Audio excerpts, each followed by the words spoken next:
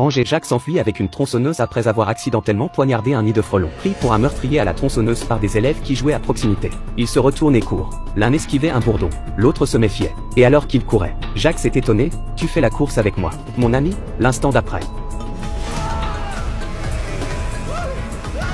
L'homme se heurte à une branche d'arbre et est poignardé à mort. Pour éviter un autre accident de ce genre, Jacques s'est empressé de briser toutes les branches dans les bois. De loin, un compagnon a vu la scène. Pensant qu'il était en train de détruire le corps, il s'est précipité.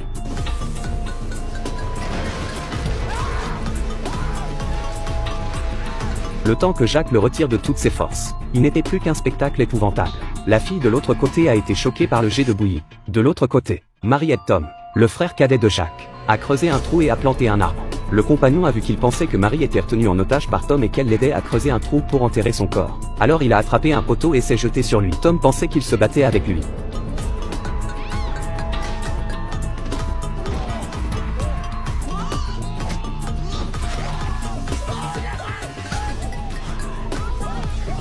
Ensuite, Tom s'est précipité pour ramener Marie inconsciente dans la chambre. Jacques est revenu couvert de sang. Jacques dit à Tom, « Tu ne me croiras peut-être pas mais un idiot vient de sauter lui-même dans le broyeur. » Tom lui répond, « Je te crois parce que l'autre cinglé s'est poignardé avec une branche d'arbre. » Ils ont décidé de nettoyer le corps avant que la police ne le trouve. Parce qu'ils ne pouvaient pas tout expliquer. Ils traînaient tous les deux la moitié du corps lorsqu'ils sont entrés en collision avec la police. Il s'est avéré que les autres étudiants avaient déjà appelé la police. Tom a dit à la police qu'il s'était en fait suicidé. La police a répondu que je vous traitais comme un pervers et que vous me traitiez comme un idiot. Ce qui est un énorme manque de respect envers la police. La police a donc enfermé les étudiants dans la voiture et a ensuite prévu de critiquer et d'éduquer les frères. Au moment où le policier essaie de jouer les durs.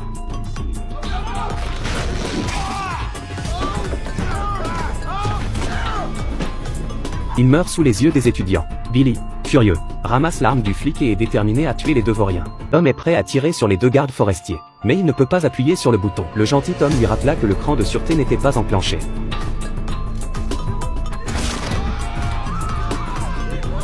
Harry, qui n'était pas loin, a saisi son arme et s'est précipité sur les deux Rangers.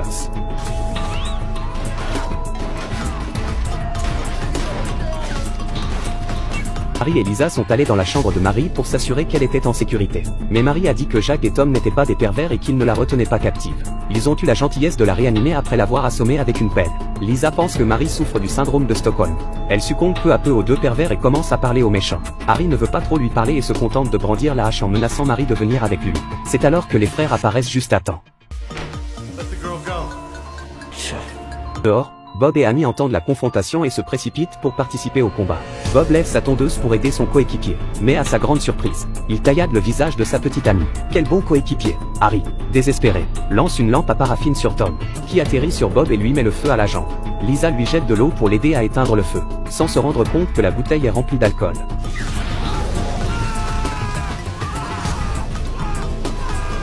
La maison était également remplie de bouteilles et de bocaux contenant des produits inflammables et explosifs. Lisa, terrifiée, a tenté de se calmer en fumant une cigarette.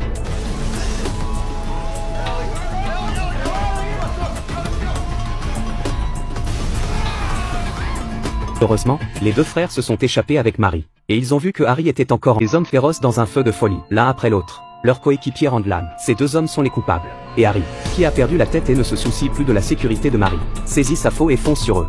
Dans l'obscurité, Harry se transforme en véritable tueur et les trois hommes montent dans la voiture à temps pour s'enfuir. Mais un accident s'est produit.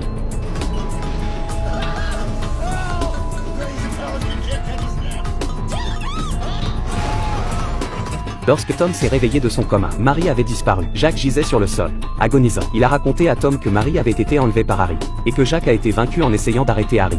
Il dit à Tom qu'il ne survivra pas. Tom sauvera Marie. Si Tom pouvait la reconquérir, il serait heureux de mourir. C'est alors qu'il prononce son dernier vœu.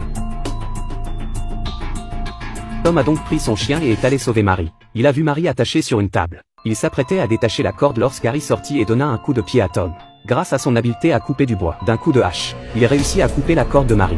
Puis Tom s'empare du désherbeur et Harry d'une petite barre d'acier. Ils se sont livrés à un combat acharné. Harry a été catapulté par la fenêtre et est tombé au sol. En fin de compte, Tom a réussi à gagner le cœur de Marie grâce à sa bravoure et à son charme. Cependant, avant de mourir, Tom se demandait sans doute pourquoi les élèves se tuaient les uns après les autres devant lui. Une série d'événements tragiques qui ne peut être arrêtée. Tout a commencé par un nid de frelons. Voilà, c'est la fin de l'histoire pour aujourd'hui. Suivez-moi si vous aimez. À la prochaine fois.